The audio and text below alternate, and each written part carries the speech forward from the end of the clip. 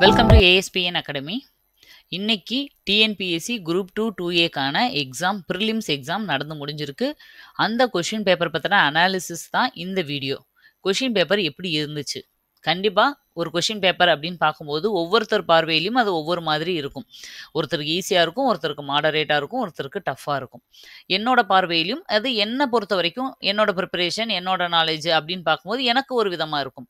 But நான் இந்த வீடியோவில் சொல்ல போகிறது என்ன அப்படின்னா, இந்த எக்ஸாமை அப்ரோச் பண்ண அத்தனை ஸ்டூடெண்ட்ஸையும் காமனாக வச்சு நம்ம பார்க்கும்போது இப்போ எப்படி ஆவரேஜ் அப்படின்னு எடுக்கிறோம், ஒரு மொத்த குரூப் ஆஃப் பீப்புளில் ஆவரேஜ்னு எடுக்கிறோம் இல்லையா, அது மாதிரி இந்த கொஷின் பேப்பரை ஒரு காமனாக ஆவரேஜாக பார்க்கும்போது நிறைய பேரோட பார்வை எப்படி இருந்துச்சு, இந்த கொஷின் பேப்பர் எந்த மாதிரி இருக்குன்னு எல்லாரும் ஃபீல் பண்ணுறாங்க அப்படிங்கிறத தான் இந்த வீடியோவில் பார்க்க போகிறோம். பொதுவாகவே ஒரு கொஷின் பேப்பர்னு எடுத்தோம்னா ஈஸியாக இருக்கும், இல்லை மாடரேட்டாக இருக்கும், இல்லை டஃப்பாக இருக்கும், இல்லை மூணுமே கலந்த ஒரு கொஷின் பேப்பராக இருக்கும். அந்த வகையில் இந்த கொஷின் பேப்பரும் எப்படி இருக்குது அப்படின்னா, ஒன்று ஈஸி டு மாடரேட்டுன்னு சொல்லுவோம், இல்லை மாடரேட்லேருந்து டஃப் வரைக்கும் அப்படின்னு நம்ம சொல்லுவோம். ஆனால் இந்த கொஷின் பேப்பர் எப்படி இருக்குது அப்படின்னா, இந்த இடத்துல இருந்து இந்த இடத்து வரைக்கும் இருக்குது. அதாவது இங்கே பாதியில் இதுலேயும் பாதி. அப்படின்னா என்ன மேடம் அர்த்தம் அப்படின்னா, மாடரேட்டுன்னு சொல்ல முடியாது, ரொம்ப டஃப்னும் சொல்ல முடியாது, ரொம்ப ஈஸின்னு சொல்ல முடியாது. அதாவது மாடரேட்டுனா ஒரு சிலது ஈஸியாகவும் இருக்குது, இல்லை மாடரேட் அப்படின்னு சொல்லப்போனால் இந்த பக்கம் பார்த்தா ஒரு சிலது ரொம்ப கஷ்டமாகவும் இருக்குது. அப்போது மாடரேட்டுக்கு கொஞ்சம் முன்னாடியும் மாடரேட்டுக்கு கொஞ்சம் பின்னாடியும் இருக்குது, இன்பிட்வீனில் இருக்குது. இதை எந்த மாதிரினே நம்ம சொல்ல முடியாது, நீங்கள் வந்து கன்ஃபியூஸ் பண்ணிக்காதீங்க. நிறைய பேரோட வியூ இப்படி தான் இருக்குது. இந்த கொஷின் பேப்பரை பார்த்தாலே எப்படின்னு சொல்லவே தெரியலை அப்படின்னு தான் எல்லாருமே சொல்கிறாங்க. இது ஈஸினும் சொல்ல முடியல மேடம், கஷ்டம்னு சொல்ல முடியல. ஸ்டூடெண்ட்ஸ் நான் கேட்ட வரைக்கும் அப்படி தான் சொல்லியிருக்காங்க. சரி, ஓகே. என்னோட அனலைஸ் படி இது வந்து அதாவது எல்லாரோட பார்வையிலும் இது எப்படி ஓரளவு இருந்திருக்கு அப்படிங்கிறத நான் உங்களுக்கு சொல்கிறேன். அதாவது இந்த கொஷின் பேப்பர்ன்றது எப்படின்னா, நம்மளுக்கு ஒரு ஓகே ஓரளவு பெட்டராக ப்ரிப்பேர் பண்ணவங்களுக்கு ஓகேவாக இருக்கிற ஒரு கொஷின் பேப்பர் தான். ஓகேவா? அது நான் ஓகேன்னு தான் சொல்கிறேன், ரொம்ப சூப்பரான கொஷின் பேப்பர் நான் சொல்ல வரல. ஓகேவான ஒரு கொஷின் பேப்பர். ஃபஸ்ட்டு பார்க்கணுன்னா இதில் இருக்கிற காமனான ஃபீச்சர்ஸ் எல்லாம் இந்த இதில் பார்த்துடலாம். அப்புறம் நான் ஒவ்வொன்றுக்கா தனித்தனியாக சொல்கிறேன். காமனாக பார்த்தா தமிழும் ஈக்குவலாக இங்கிலீஷும் இருந்திருக்கு. அதுதான் இதில் ஃபஸ்ட்டு இருக்கிற ஒரு முக்கியமான பாயிண்ட்டு. இது ஒரு நல்ல பாயிண்ட்டும் கூட. எப்பயுமே ஒவ்வொரு வாட்டியுமே தமிழ் ஸ்டூடெண்ட்ஸ் சொல்கிறது என்ன இருக்கும்னா, இங்கிலீஷ்க்கு வந்து ரொம்ப ஈஸியாகவும் தமிழ் ரொம்ப டஃப்பாகவும் கேட்டாங்க அப்படிங்கிறது தான் எப்பயுமே ஒவ்வொரு வாட்டியும் எக்ஸாம் முடிஞ்சோடனே எல்லாரும் சொல்கிற ஒரு பதிலாக இருந்தது. பட் இந்த எக்ஸாமில் அப்படி கிடையாது. தமிழ் டஃப்னா இங்கிலீஷும் டஃப் தான், தமிழ் ஈஸினா இங்கிலீஷும் ஈஸி தான். ரெண்டும் ஈக்குவலாக கொடுத்த முதல் எக்ஸாம் இது தான் எனக்கு தெரிஞ்சு. ஓகேவா? அதோட அதாவது ஈக்குவல்னா என்ன அர்த்தம் அப்படின்னா, அந்த டஃப் குவாலிட்டி வந்து ரெண்டும் சேமாக இருந்தது. அப்போ நம்மளுக்கு வந்து ஒரு காம்படிஷன் அப்படின்னு வரும்போது அது கஷ்டமாகவும் இருக்கட்டும், ஈஸியாக இருக்கட்டும், ஆனால் ஈக்குவலாக இருக்கும்போது அந்த இடத்துல கண்டிப்பாக வந்து 2 பேருக்கும் ஜஸ்டிஃபை ஆகுது. ஓகே. ரெண்டாவது பார்த்தா இந்த கொஷின் பேப்பர் ரொம்ப ரொம்ப டைம் கன்சியூமிங்காக இருந்தது. ரொம்ப டைம் கன்சியூமிங் பேப்பர் தான். கண்டிப்பாக இதை யாருமே இல்லைன்னு சொல்லவே முடியாது. அப்புறம் எப்பயும் போல் டிரான்ஸ்லேஷன் மிஸ்டேக்ஸ் எல்லாம் நிறைய இருந்தது. டிரான்ஸ்லேஷனில் எப்பயுமே பண்ணுறது தான். ஒரு 200 கொஷினை ஏன் இவ்வளோ மிஸ்டேக்காக டிரான்ஸ்லேட் பண்ணுறாங்க, எதனால அதை திரும்ப வந்து செக் பண்ணக்கூட மாட்டுறாங்க அப்படிங்கிறது நம்மளுக்கு இப்போ வரைக்கும் புரியாத ஒரு புதிராக தான் இருக்குது. ஓகே, அது கூட 1 or 2 இடங்கள்ல தான் இந்த மிஸ்டேக்ஸ் இருந்துச்சு, அதனால் ஓகே நம்ம அக்செப்ட் பண்ணிக்கலாம். அப்புறம் ஓவராலாக பார்க்கணும் அப்படின்னா பெட்டர் தென் குரூப் 4 அப்படின்னு வேணால் நம்ம சொல்லலாம். பெட்டர் தென் குரூப் 4. நான் வேணா குரூப் 4 எழுதிட்டு வந்து எவ்வளவு நம்ம கதறணும் அப்படிங்கிறது நம்மளுக்கு தான் தெரியும். பட் இந்த கொஸ்டின் பேப்பர் அந்த அளவுக்கு இருந்ததா அப்படின்னு கேட்டோம்னா அந்த அளவுக்கு கிடையாது. ஓகேவா? பெட்டராக தான் இருந்தது குரூப் 4. அப்போ என்னன்னா நம்ம சொன்ன எல்லா விஷயங்களையும் ஓரளவு கன்சிடர் பண்ணி இந்த கொஸ்டின் பேப்பர் எடுத்திருக்காங்க. பட் இன்னுமே நிறைய வந்து கொஞ்சம் எக்ஸாம் பாயிண்ட் ஆஃப் வியூவில் படிக்கிறவங்க எந்த மாதிரி ப்ரிப்பேர் பண்ணியிருக்காங்களோ அதுக்கு ஏதாப்புல இன்னும் கொஞ்சம் மாறினாங்கன்னா பெட்டராக இருக்கும். பட் ஓகே, லாஸ்ட் டைம் நடந்த குரூப் 4 கம்பேர் பண்ணும்போது இது ஜஸ்ட் ஓகே. இது கொஸ்டின் பேப்பரை பற்றின ஒரு காமனான ஒரு பாயிண்ட்டு. இப்போ ஒவ்வொன்றா தனித்தனியாக நம்ம பார்க்கலாம். தமிழ் எப்படி இருந்துச்சு அப்படின்னு பார்த்தா, தமிழ் வந்து ஈஸி டு மாடரேட்னு சொல்லலாம்.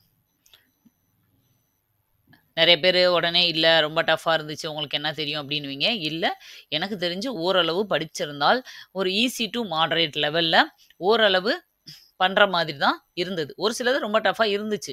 பட் அது ஒரு 10 கொஸ்டின்ஸ் அந்த மாரி எடுத்துக்கலாம். அது போக மத்த கொஸ்டின்ஸ் எல்லாம் ஈஸி தான். அதனால கண்டிப்பா இந்த கேட்டகரிக்குள்ள தமிழ் இந்த வாட்டி வந்துரும். அடுத்தது மரபுத் தொடர் நம்ம பார்க்குறோம் இல்லையா? மரபுத் தொடர் லாஸ்ட் டைம் ரொம்ப டஃப்பா இருந்தது. அதாவது லாஸ்ட் டைம்னா எத சொல்றேன்னா, குரூப் 4 சொல்றேன். இந்த தடவ மரபுத் தொடர் ஓகேவா இருந்தது. நம்மனால கெஸ் பண்ண முடிஞ்சதா, ஒரு எக்ஸாமுக்கு அட்டெண்ட் பண்றவங்கனால அப்ரோச் பண்ணக்கூடியதா தான் மரபுத் தொடர்கள்லாம் கேட்டிருந்தாங்க.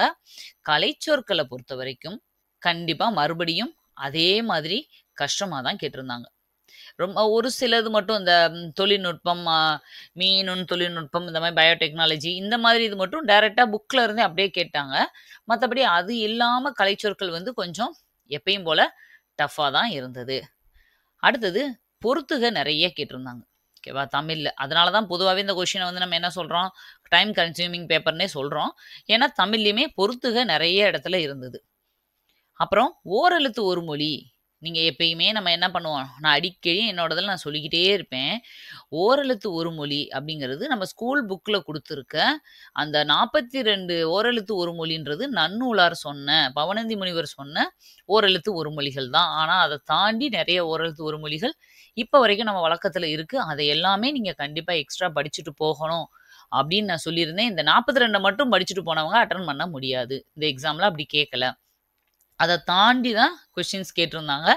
அதுவும் இல்லாம, அந்த ஓரெழுத்து ஒரு மொழிகள் வந்து இன்னும் கிட்டத்தட்ட ஒரு 60, 65, 70 வரைக்குமே கூட இருக்கு. அது எல்லாமே எக்ஸ்ட்ராவா நம்மளோட சேனல்ல நான் குடுத்திருந்தேன். ஒவ்வொரு வாட்டியும் நான் சொல்லுவேன், தயவு செஞ்சு எல்லாத்தையும் படிச்சுட்டு போங்க. அதுமாரி ஒவ்வொரு ஓரெழுத்து ஒரு மொழிக்கும் புக்ல ஒரு மீனிங் தான் குடுத்திருப்பாங்க. பட் அப்படி கிடையாது. ஒரு எழுத்துக்கு நெறைய மீனிங் இருக்கும். அந்த எல்லா மீனிங்கும் படிங்கன்னு சொல்லி நான் உங்களுக்கு எல்லாமே டீட்டெயிலா குடுத்திருந்தேன். யாரு படிச்சுட்டு போயிருந்தீங்களோ, அவங்க அட்டெண்ட் பண்ணியிருப்பீங்க. மத்தபடி இந்த 42 மட்டும் ஸ்கூல் புக்ல இருக்கவங்க படிச்சவங்க வந்து கொஞ்சம் கஷ்டம் தான். ஓகேவா? ஆனா இனிமேல் தெரிஞ்சுக்கோங்க. ஓரெழுத்து ஒரு மொழி அப்டின்னா, கண்டிப்பா வந்து நம்ம எல்லாத்தையுமே படிக்கணும். இதுதான் வந்து தமிழ். ஓகேவா? அதனால தமிழ வந்து நீங்க பார்த்த உடனே கொஞ்சம் சாட்டிஸ்ஃபைடா தான் இருந்திருப்பீங்க எல்லாரும் அப்டின்னு நெனைக்கிறேன். ஒரு நெறைய பேரு 80லிருந்து 85 வரைக்கும் போடுறதுக்கான சான்சஸ் நெறையவே இருக்கு. இதுக்கு மேல 90 போடுறவங்களும் இருக்கலாம். அதெல்லாம் ஃப்ளூக்ல ஒரு 4, 5 கொஸ்டின் எக்ஸ்ட்ரா ரைட் ஆகும்போது ஆன்சர்ஸ் வரும். இல்ல கேர்லெஸ்னால 4, 5 மார்க் குறையவும் செய்யும். அதனால 80 டூ 85 நீங்க எடுத்திருந்தீங்க தமிழ்ல அப்டின்னா, உண்மையிலேயே அது ஒரு நல்ல ஸ்கோர் தான். ஓகே. நெக்ஸ்ட்டு நம்ம மேத்ஸ் எப்டி இருந்ததுன்னு பார்க்கலாம். மேத்ஸ பொறுத்தவரைக்கும், மேத்ஸ் வந்து ஒரு மாடரேட் லெவல் தான். ஈஸின்னு சொல்ல முடியாது. டஃப்பும் கிடையாது. மாடரேட் தான். ஓகேவா? ஒரு சில கொஸ்டின்ஸ் ரொம்ப ஈஸியா இருந்தாலும், நெறைய கொஸ்டின்ஸ் டஃப்பாவும் இருந்தது. ரொம்ப ரொம்ப முக்கியமா டைம் கன்சியூம் ரொம்ப ஆனது. நம்மளுக்கு எப்பயுமே மத்ததுலலாம் டைம் வந்து கன்சியூம் ஆகும். பட் இந்த தடவ மேத்ஸ்ல வந்து என்னன்னா, ரொம்ப நெறைய ஸ்டெப்ஸ் போட்டு அந்த ஆன்சர் வந்து டெரைவ் பண்ணி வர மாதிரியெல்லாம் கொஸ்டின்ஸ் இருந்தது. அந்த கொஸ்டின்ஸ் வரும்போது நீங்க வந்து, ஓகே இத அடுத்து பார்த்துக்கலாம். இது கண்டிப்பா டைம் எடுக்கும் அப்டின்ட்டு நீங்க அடுத்தடுத்து போயிருந்தீங்கன்னா, அந்த டைம கொஞ்சம் மேனேஜ் பண்ணியிருக்கலாம். பட் பொதுவாவே எல்லாரோட பிஹேவியரும் என்னன்னா, ஒரு கொஸ்டின் நம்மளுக்கு ஆன்சர் வரலன்னா, ஸ்டக் ஆயி அத திரும்ப திரும்ப போட தான் ட்ரை பண்ணுவோம். அப்டி நீங்க ட்ரை பண்ணவங்களுக்கு கொஞ்சம் டைம் வந்து பத்தாம தான் இருந்திருக்கும். மேத்ஸு இந்த மாதிரி தான் இருந்துச்சு. மேத்ஸ வந்து நல்லா ப்ரிப்பேர் பண்ணி போட்டவங்க 20லிருந்து ரொம்ப ரொம்ப சூப்பர் மேத்ஸ் மேஜரு அந்த மாரி போனா ஒரு 23 வரைக்கும் போடலாம். இத தாண்டி நீங்க போட்டிருக்கீங்கன்னா, உண்மையிலே வெல் அண்ட் குட். பட் நான் ஆவரேஜா சொல்றேன். 20லேருந்து 23க்குள்ள நீங்க மேத்ஸ்ல வந்து ஆன்சர் போட்டிருக்கீங்க அப்டின்னா, உண்மையிலே அது வந்து ஒரு நல்ல ஸ்கோர் தான். Next GK. ஜிகேல தான் இந்த வாட்டி எல்லாரையும் கதற விட்டுட்டாங்க. ஆக்சுவலா போன வாட்டி தமிழுக்காக நம்ம கதறினோம். ஜிகே கூட பரவாயில்லன்னு தோணுச்சு. இந்த வாட்டி ஜிகே கொஞ்சம் கஷ்டம் தான். கண்டிப்பா இது வந்து மாடரேட் டூ டஃப் லெவல்ல தான் வரும். மாடரேட் டூ டஃப்ல தான் ஜிகே லெவல் வைக்க முடியும். ஈஸின்னு யாருமே சொல்லவே முடியாது. அதுவும் மேக்ஸிமம் இப்ப நம்ம சிலபஸ்ல இருந்து அதே தான். முகலாயர்னா முகலாயர் தான். டெல்லி சுல்தான்னா டெல்லி சுல்தான் தான். ஆனா, உள்ள இருக்க பாயிண்ட்ஸு கேட்ட கொஸ்டின்ஸ்ல இருந்த பாயிண்ட்ஸ் எல்லாமே அவுட் ஆஃப் புக் மாரி இருந்தது. அதாவது ரொம்ப அதிலேயே நம்ம ஃபோக்கஸ் பண்ணாத ஏரியா, புக்லயே குடுக்காத பாயிண்ட்ஸு, அந்த மாதிரி கொஸ்டின்ஸ் வந்து கொஞ்சம் டீப்பரா இருந்துச்சு. கண்டிப்பா. குரூப் 2 ஓட ஸ்டாண்டர்டுக்கு இந்த மாரி தான் கேட்பாங்க அப்படின்னு ஒரு சில பேர் ஜஸ்டிஃபை பண்றீங்க.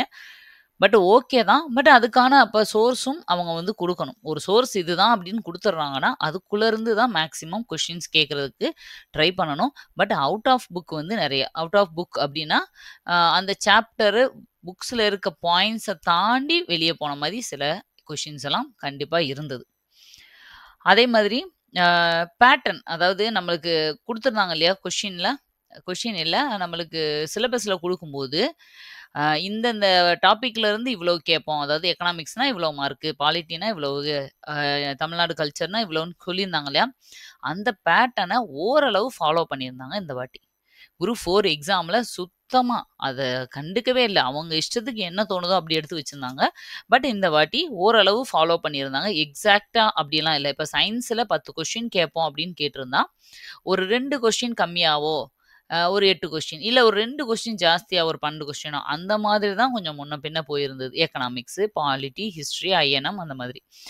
அ கரண்ட் அஃபேர்ஸ் இந்த இதெல்லாம்.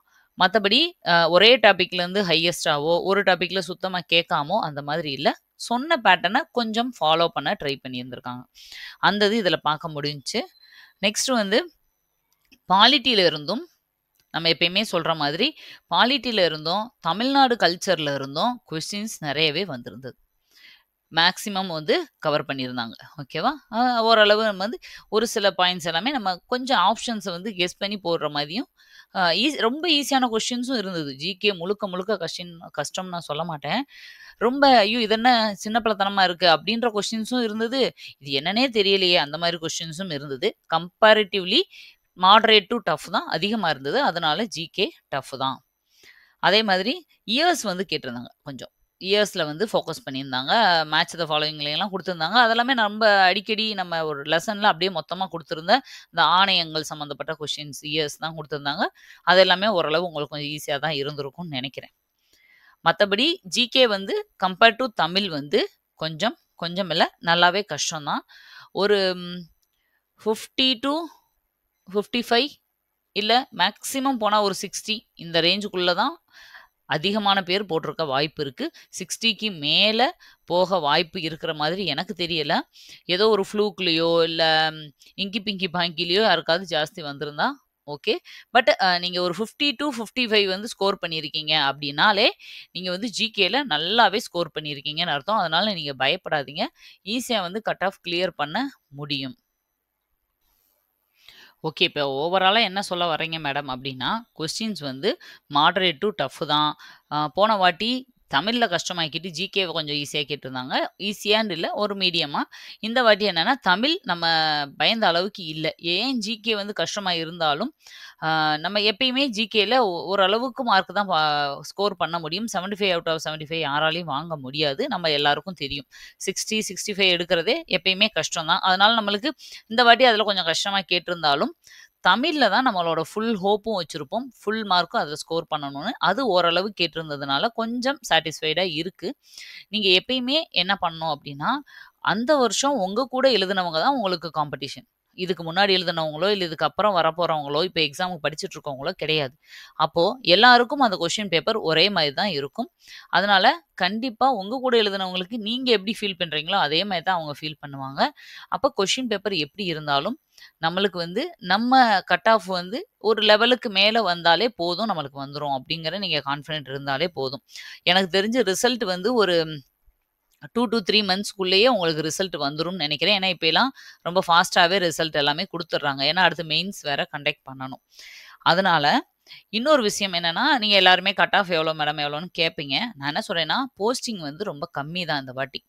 600 அப்படின்னும்போது, இன்னும் ஒரு 1000 வரைக்கும் இன்கிரீஸ் பண்ணுனா கூட, உங்களுக்கு என்னன்னா 20 ரேஷியோல எடுப்பாங்க. அப்ப 20 ரேஷியோ அப்படின்னு பார்க்கும்போது, உங்களுக்கு ஒரு 1000 பேரேவும் இன்கிரீஸ் பண்றாங்கன்னு கூட வச்சுக்கோங்க. 1000 பேரு இன்ட்டு ஒரு 20 பேரு அப்படின்னு பார்க்கும்போது, மெயின்ஸுக்கு ஒரு 20,000 பேர் எடுக்கிறதுக்கு சான்சஸ் இருக்கு. அப்போ எடுக்கிற லெவல் வந்து குரூப் 4 கம்பேர் பண்ணும்போது, அம் ஸ்டூடண்ட்ஸோட இது வந்து கம்மி அப்படிங்கிறதுனால, உங்களுக்கு வந்து கட் ஆஃப் வந்து கொஞ்சம் ஹையாவே தான் இருக்கும். கம்பேரிட்டிவ்லி நீங்க குரூப் 4ல வந்து நெறைய பேர் எடுக்கும்போது, குரூப் 4ல 4000, 5000 போஸ்டிங் தான். ஓகேவா? அதனால டைரக்ட்டா போஸ்டிங்க்கு ஆள் எடுத்துருவாங்க. பட் இங்க 20 ரேஷியோல எடுக்கிறதுனால நெறைய பேர் தான் எடுப்பாங்க. பட் இருந்தாலும் குரூப் 2ல எப்பயுமே குரூப் 4 கம்பேர் பண்ணும்போது கொஞ்சம் கட் ஆஃப் வந்து ஜாஸ்தி தான் இருக்கும். எனக்கு தெரிஞ்சு ஒரு 150 அபோவ் நீங்க போட்டிருந்தாலே ஓகேவா? 150 அபோவ் நீங்க போட்டிருந்தாலே நல்ல ஸ்கோர் தான். நீங்க வந்து தைரியமா மெயின்ஸுக்கு படிக்க ஆரம்பிங்க. எக்ஸாம் வந்து குரூப் 2 எக்ஸாம் மெயின்ஸ் வந்து எழுதுறது தான் ரொம்ப முக்கியமானது. ஏன்னா, பிரிலிம்ஸ் மார்க்க வச்சு உங்களுக்கு போஸ்டிங் குடுக்க போறது கிடையாது. குரூப் 4 மாதிரி. இந்த மெயின்ஸ் தான் ரொம்ப ரொம்ப முக்கியம். இந்த குரூப் 2 பிரிலிம்ஸ் வந்து ஜஸ்ட் ஒரு ஸ்கிரீனிங் மாரி உள்ள நீங்க போறதுக்கான ஒரு என்ட்ரி டிக்கெட்.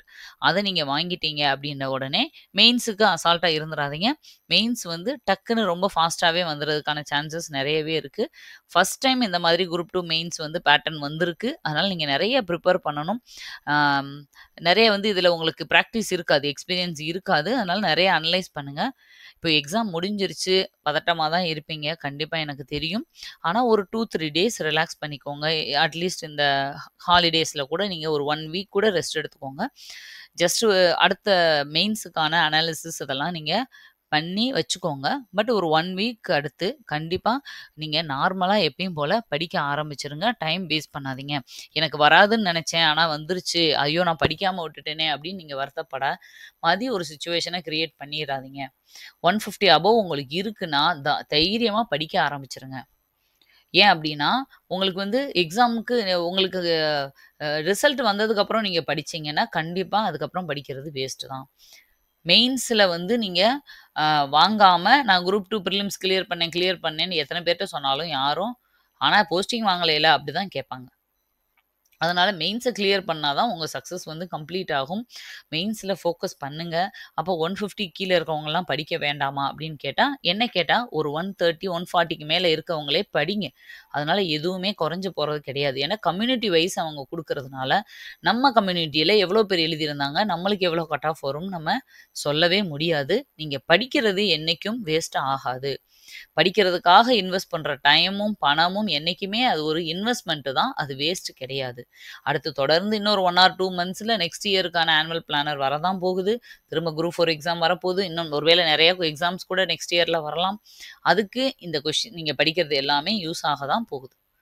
அதனால படிக்கிறது எதுக்கு எனக்கு நான் கஷ்டப்பட்டு படிச்சேன், எனக்கு வரல அப்படிலாம் இல்ல. அது அடுத்த எக்ஸாம்க்கு உங்களுக்கு யூஸ் ஆக தான் போகுது. அட்லீஸ்ட் உங்களுக்கு குரூப் 2 மெயின்ஸுக்கு வந்துரும்னு நெனச்சு இப்ப படிச்சீங்க இல்லையா? மத்தவங்களுக்கு விட நீங்க ஒரு 2 மாசமா இப்போ ஒரு ஒரு 6 மாசமோ, 5 மாசமோ படிக்கிறீங்கல்ல. அப்ப நீங்க மத்தவங்கள விட அதிகமா தான் படிக்கிறீங்க. குரூப் 4ல உங்களுக்கு அது யூஸ் ஆக தான் போகுது. அதனால யாரு கன்சிஸ்டன்சியா படிக்கிறாங்களோ, அதுவும் குரூப் 2, குரூப் 4 எக்ஸாம்ல இதுவரைக்கும் கிளியர் பண்ணவங்க எல்லாமே ரொம்ப எக்ஸ்பீரியன்ஸ் ஆனவங்களோ, இல்ல வயசு அதிகமானவங்களோ, இல்ல நல்ல டீச்சிங் எக்ஸ்பீரியன்ஸ் இருக்கவங்களோ, இல்ல இன்ஜினியரிங் ஸ்டூடண்ட்ஸோ அப்படியெல்லாம் கிடையாது. யாரு எந்த சூழ்நிலையும் அத விட்டு வெளிய போகாம, டெய்லியும் கொஞ்சமாவது அதுக்குன்னு தனியா ஒரு டைம் ஒதுக்கி, அந்த நெனப்பு எப்பயுமே மனசுல வச்சுட்டு ஓடிட்டு இருக்கவங்க தான் கடைசில கிளியர் பண்றாங்க. ஏதேதோ சூழ்நிலைனால எல்லாரும் வெளிய வந்துர்றாங்க. குவிட் பண்ணி வெளிய வர்றவங்க தான் அதிகம். எனக்கு தெரிஞ்சு எவ்வளவோ பேர்ல யாரும் யாரையும் கம்பல் பண்ணி, ஃபோர்ஸ் பண்ணி இந்த எக்ஸாம்க்குள்ள தள்றது கிடையாது. அவங்களே அவங்கனால முடியும் அப்படின்னு அவங்களோட ஸ்கில் தெரிஞ்சு தான் வர்றாங்க. பட் ஏதோ ஒரு சிச்சுவேஷன்ல இது என்னால முடியாது அப்படின்னு அவங்க வெளிய போயிர்றாங்க. அது ஒரு தப்பான முடிவு. உங்களால முடியுன்ற தைரியத்துல தான் நீங்க உள்ளயே வந்திருக்கீங்க. கண்டிப்பா போக போக அந்த கான்ஃபிடன்ட் லெவல்ல அதிகமா தான் நீங்க பில்ட் பண்ணிக்கிட்டே போணுமே தவிர, குறையவே கூடாது எந்த இடத்துலயும். எத்தன வருஷம் ஆனாலும், வீட்ல நம்ம சும்மா இருக்கிறதுக்கு ஒரு எக்ஸாமுக்கு ப்ரிப்பேர் பண்ணிக்கிட்டு இருக்கோம். அது எந்த இடத்துலனாலும் எனக்கு கை குடுக்க தான் போது. ஸ்கூல்ல ப்ளே குரூப்ல இருந்து 12த் வரைக்கும், டிகிரி வரைக்கும், பிஜி வரைக்கும், பிஹெச்டி வரைக்கும் எவ்வளோ பொறுமையா நம்ம படிச்சிருப்போம். எத்தன வருஷத்த இன்வெஸ்ட் பண்ணியிருப்போம். எதுக்காக? என்னைக்கோ ஒரு நாள் ஒரு வேலை நம்மளுக்கு கிடைக்கும் அப்படிங்கிறதுக்கு தானே அத்தன வருஷத்தையுமே நம்ம இன்வெஸ்ட் பண்ணோம். அத்தன வருஷமும் பொறுமையா இருந்தோம். அப்போ இப்ப வந்து ஒரு 1 ஆர் 2 இயர்ஸ் என்னால பொறுமையா இருக்க முடியல அப்டின்னா, நம்ம இத்தன வருஷம் இப்ப நீங்க டிஎன்பிஎஸ்சிக்காக படிக்கிற டைம் மட்டும் வேஸ்ட்டுன்னு நெனைக்காதீங்க. நீங்க சின்ன வயசுலேருந்து படிச்ச அவ்வளவுமே வேஸ்ட்டு தான். அதனால பொறுமையா இருங்க. அதனால எந்த ஒரு தப்புமே இல்ல. 2வது தடவ, 3வது தடவ, 5வது தடவ கூட பாஸ் பண்ணலாம். பட் பாஸ் பண்ணியே ஆகணும். பண்ணிட்டு போஸ்டிங்கோட அப்பாயின்ட்மென்ட் ஆர்டரோட தான் நான் இத விட்டு வெளிய வருவேன் அப்டிங்கிற கான்ஃபிடென்ட்டோட படிங்க. அடுத்து இந்த எக்ஸாமுக்கு இந்த கொஸ்டின் பேப்பர்ஸ் எல்லாமே டீட்டெயிலா நான் முடிஞ்ச ஆன்சர் வந்து அனலைஸ் பண்ணி போடுறேன். அதுக்கடுத்து நம்ம கொஞ்ச நாள் பிரேக் எடுத்துக்கோங்க. ஒரு 1 வீக்கு. நம்ம குரூப் 2 மெயின்ஸுக்கு வந்து எப்படி ப்ரிப்பேர் பண்ணலாம்? எந்த மாதிரி ஃபோக்கஸ் பண்ணணும்? அப்படிங்கிற எல்லா டீட்டெயிலும் உங்களுக்கு நான் குடுக்குறேன். வேற ஏதாவது உங்களுக்கு டவுட் இருந்தா கீழ கமெண்ட்ல கேளுங்க. உங்களுக்கு என்ன வேணுமோ ஆன்ஸர வந்து நான் உங்களுக்கு ரிப்ளை பண்றேன். Okay. Thank you. Bye. Next ஒரு வீடியோல உங்கள மீட் பண்றேன்.